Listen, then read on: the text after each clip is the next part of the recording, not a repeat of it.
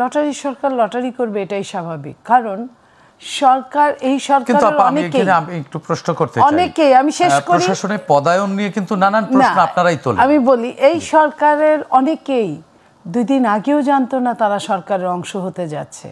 যখন গণঅভ্যুত্থান শেষের দিকে, তখন কেউ কেউ নেমেছে যে হয়ে তো যাচ্ছে, একটু নামি দেখি, ছাত্রদের অ্যারেস্ট করেছে একটু দেখি। আর যিনি প্রধান, উনি কিন্তু দেশেও ছিলেন না, উনি কিন্তু অন্য কোনো দেশে উনি খেলাধুলায় মত্ত ছিলেন, কি তাদের দেশের অলিম্পিক বা কিছু একটা, এইটা নিয়ে সে ব্যস্ত ছিলেন। তো এই টাইপের যখন লটারি সরকার এতদিন আছেন, তারা লটারি করবেন, এটাই স্বাভাবিক। আপনার প্রশ্নটা হচ্ছে যে তাহলে প্রশাসন, আমরা তো বলেছি, আমরা কি লটারি করতে বলেছি? প্রশাসন নিরপেক্ষ না হলে নির্বাচন লেভেল প্লেইং ফিল্ড পান না।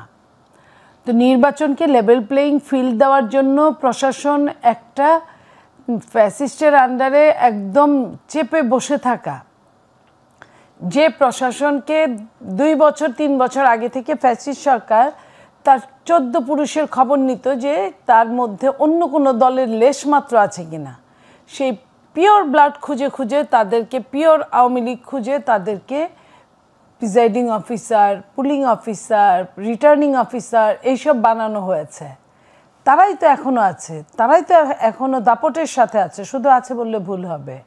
তাদেরকে আপনি লটারি দিয়ে কোথায় নেবেন? এখানে আমরা 3 জন কাজ করছি, 3 জনের মধ্যে লটারি যদি একই কোয়ালিটি হয়, সব কিছুতে যদি একই রকমের হয়, একই দলের হয়, একই যোগ্যতা শিক্ষাগত হয়, তখন আপনি বলবেন যে কারে রেখে কারে দিবেন, এটা একটা লটারি করবেন। এটা তো এই ধরনের কোনো কিছু না। এটা আপনার ইলেকশনটা কতটা নিরপেক্ষ হবে, যে এলাকায় তাকে পাঠানো হবে সেই এলাকার প্রার্থী তার উপর কতটা নির্ভরশীল হতে পারবে, প্রার্থী মানে প্রার্থীরা, একটা প্রার্থী না, সেইখানে সে কতটা নিরপেক্ষ থাকবে এবং তার কতটা কাজের অভিজ্ঞতা আছে। 2 দিন আগে যে ডিসিগুলোকে আপনার ট্রান্সফার করলো, তাদের অনেকের কোনো অভিজ্ঞতাই নাই, ডিসি পদে চাকরি করার জন্য যা যা দরকার সেগুলোই নাই। এখন আপনি তাদেরকে কি লটারি করবেন? আচ্ছা গেল। আর এই কাজটা তো আপনার না, আপনি তফসিল ঘোষণা করবেন, ইসি আসবে, ইসির কাছে, ইসি তখন এই ট্রান্সফারগুলো করবে সমস্ত বাংলাদেশে।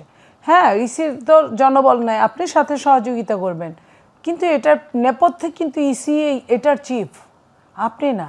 তাহলে আপনি এইখানে ট্রান্সফার করছেন, আপনি এইখানে লটারি করছেন, আপনি এইখানে মধ্যরাতে, যেইখানে পরের দিন অফিস আছে, আগের দিন অফিস ছিল, আপনার আগের দিন অফিসে আপনি ঘোষণা দিতে পারলেন না কেন? কিসের ভয়ে?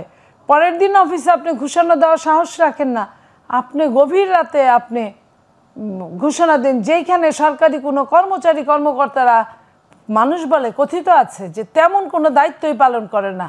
একটা ফাইল যেটা 10 মিনিটের কাজ, সেটাকে বছরের পর বছর ঝুলিয়ে রাখা যাদের ধর্ম, তারা কিনা আপনার মধ্যরাতে গভীর রাতে অফিস করে আপনার ঘোষণা দিয়ে দিল। এটা কি মেনে নেওয়া যায়? এটা কি হয়? এটা কি হবার?